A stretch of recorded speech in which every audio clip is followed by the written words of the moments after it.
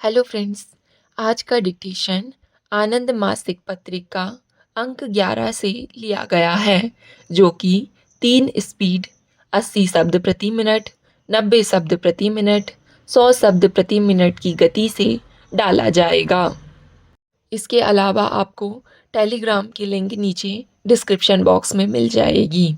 इसके अलावा आपको अनेक प्रकार की प्लेलिस्ट की लिंक भी नीचे डिस्क्रिप्शन बॉक्स में मिल जाएगी, जैसे कि रामधारी गुप्ता खंड 1, रामधारी गुप्ता खंड 2, newspaper dictations, 10 minute non stop dictations, free practice batch dictation, previous year में एग्ज़ाम में बोले गए डिक्टेशन, साथ ही कठिन शब्दों की आउटलाइन वाले शॉर्ट्स भी मिल जाएंगे।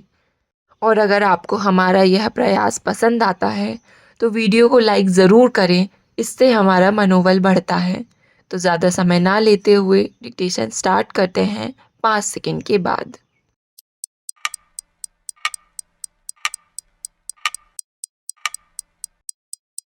सभापति महोदय, आज देश को स्वतंत्र हुए कितने वर्ष हो गए हैं और प्रारंभ से ही गरीबी उन्मूलन भारत की विकास नीति का मुख्य ध्येय रहा है, जिसमें सबसे अधिक बल ग्रामीण विकास और गांव में रहने वाले गरीबों की आय बढ़ाने पर दिया गया है। महिलाएं हमारी अर्थव्यवस्था की एक आवश्यक उत्पादक शक्ति और संसाधन हैं। प्रगतिशील समाज की स्थापना के लिए यह आवश्यक है कि महिलाओं का पूर्ण विकास और कल्याण हो। विकास में बिना उसको सम्मिलित किए देश का सर्वांगीण सामाजिक और आर्थिक विकास संभव नहीं हो सकता। गरीबी और साधनों की कमी के कारण हमारा ध्यान गरीबी के विरुद्ध संघर्ष पर केंद्रित होने से महिलाओं की समानता और भागीदारी तथा उनके कल्याण के विषयों को पर्याप्त प्राथमिकता नहीं दी जा सकी, किंतु अब यह स्पष्ट हो गया है कि गरीबी के विरुद्ध संघर्ष में भी महिलाओं को प्राथमिकता देना आवश्यक है, क्योंकि समाज में महिलाओं की गौण स्थिति से उनका सीमांतीकरण बढ़ता है। ग्रामीण महिलाएं परिवार की महत्वपूर्ण इकाई हैं, अतः उनके विकास पर ध्यान दिए बिना कोई ग्रामीण विकास कार्यक्रम सफल नहीं हो सकता है। जब कोई परिवार बहुत गरीब हो तो महिला कार्यक्रमों का महत्व और भी बढ़ जाता है।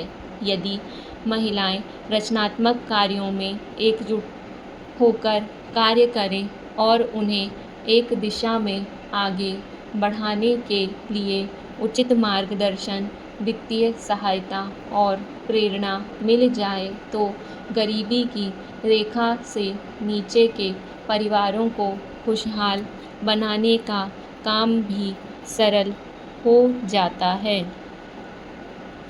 भारतीय संविधान में मूलभूत अधिकारों और राज्य के लिए नीति निर्देशक आवश्यक सिद्धांतों में महिलाओं को पुरुष के साथ समान अधिकार हैं।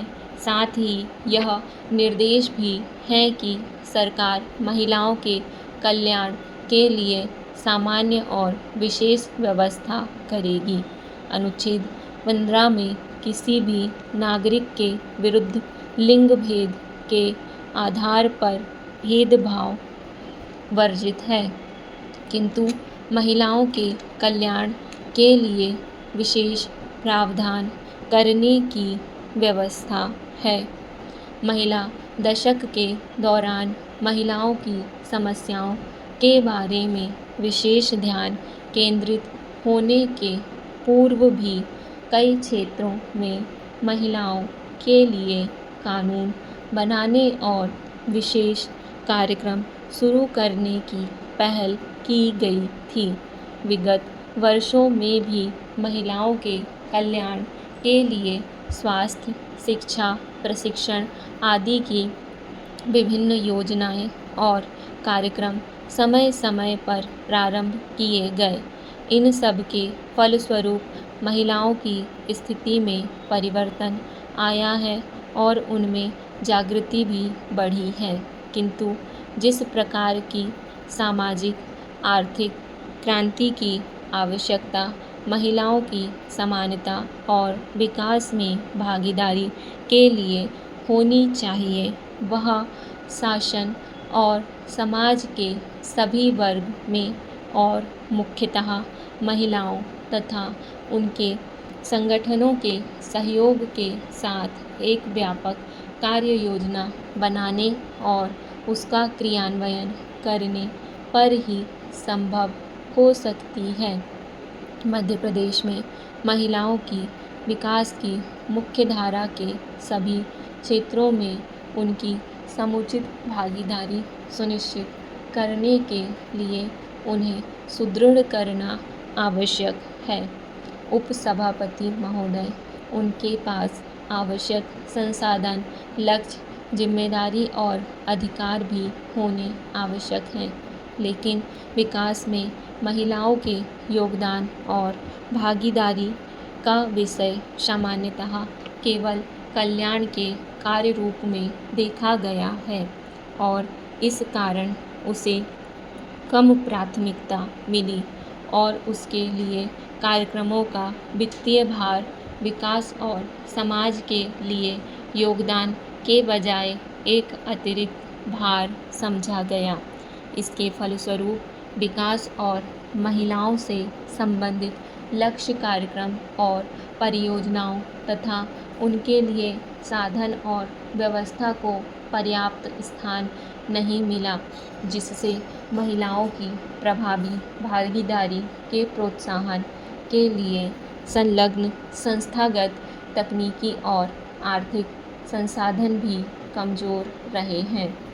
वर्तमान में इस बात की आवश्यकता है कि भूमिहीन एवं कमजोर वर्ग की महिलाओं को वर्तमान शताब्दी के दूसरे दशक से पहले वे सभी आवश्यक सुविधाएं प्रदान की जाएं, तभी उन्हें सामाजिक बराबरी का दर्जा देकर आर्थिक दृष्टि से स्वावलंबी बनाया जा सकेगा, जिससे वे अपनी संतानों को पढ़ा लिखा कर बेहतर नागरिक बनाने में समर्थ हो सकें और मध्य प्रदेश सारे देश के लिए एक उदाहरण बन सके। हमें इस चुनौती को संकल्प के रूप में स्वीकार कर पूरा करना चाहिए। पंडित दीनदयाल उपाध्याय ने कहा था कि दरिद्र नारायण की सेवा ही सबसे बड़ी सेवा है। उनके इस आह्वान से प्रेरित होकर मुख्यमंत्री ने मध्य प्रदेश के स्थापना दिवस के अवसर पर गरीब और भूमिहीन महिलाओं की भलाई के लिए 5 योजनाओं वाले एक कार्यक्रम की घोषणा कर उनके जीवन में आशा की सतरंगी किरण दी है। मध्य प्रदेश में इस कार्यक्रम का क्रियान्वयन 1 नवंबर 1998 से प्रारंभ किया गया है। महिला उत्थान की इस पंचधारा के अंतर्गत प्रारंभ की गई योजनाएं इस प्रकार हैं। इसके अंतर्गत महिलाओं की ममता को सम्मानित किया गया है तथा ग्रामों में कार्यरत स्वास्थ्य सेविकाओं को आंगनबाड़ी कार्यकर्ताओं के सहयोग से जिन्हें 100 रुपये पारिश्रमिक के तौर पर देने की व्यवस्था है, क्रियान्वित किया जा रहा है।